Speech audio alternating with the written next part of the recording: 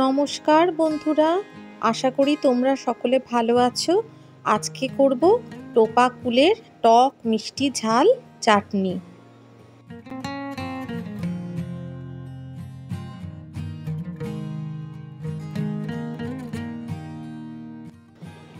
আমি এখানে একটা বাটিতে হালকা গরম জল নিয়ে নিয়েছি আর টোপা কুলগুলো নিয়ে নিয়েছি।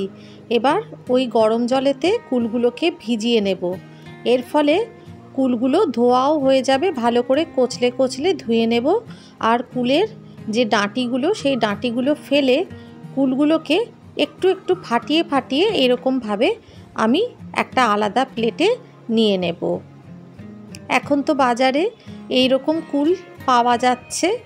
এই রকম কুলের চাটনি খেতে কিন্তু ভীষণ ভালো লাগে। কুলগুলো ছাড়িয়ে নিয়েছি। এরপর কড়াইতে আমি একটা শুকনো মশলা করছি। গোটা ধনে, গোটা জিরে আর শুকনো লঙ্কা দিয়ে আমি মিক্সিতে গ্রাইন্ড করে রেখে দিয়েছি। এরপর সর্ষের তেলে 5 ফোড়ন দিয়ে দিয়েছি। হালকা করে একটু ভেজে নেব। একটা বড় সাইজের টমেটো দিয়ে দিচ্ছি। হলুদ গুঁড়ো দিয়ে দিয়েছি।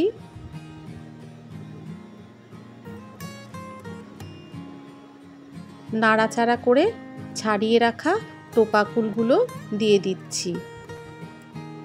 ভালো করে নাড়িয়ে চাড়িয়ে কিছুক্ষণ নেব।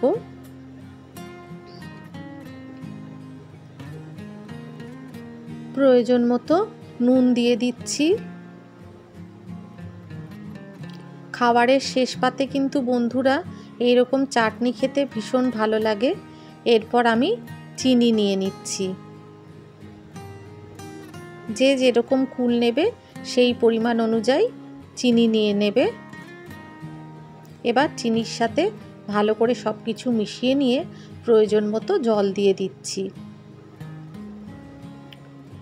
আবারও সব কিছু ভালো করে মিশিয়ে নিয়ে কিছুক্ষণ ঢাকা দিয়ে রাখবো। 3 থেকে 4 মিনিট পরে খুলে নিয়েছি। টোপা কুলের ইয়াম্মি ইয়াম্মি চাটনি রেডি। আমি টমেটোর টুকরোগুলো একটু স্ম্যাশ করে দিচ্ছি, ঘন ঘন হয়ে যাবে চাটনিটা। এরপর আমি ভাজা মশলাটা পুরোটাই দিয়ে দিচ্ছি।